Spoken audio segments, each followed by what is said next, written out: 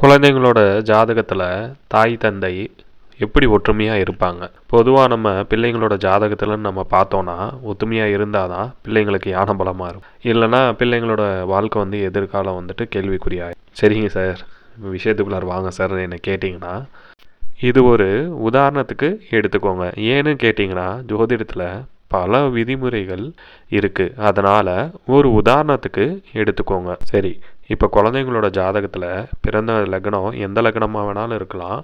உதாரணத்துக்கு நீங்கள் எடுத்துக்கிட்டிங்கன்னா, லக்னத்திலிருந்து சூரியன் எங்கே உட்காந்துருக்காருன்னு பாருங்கள்.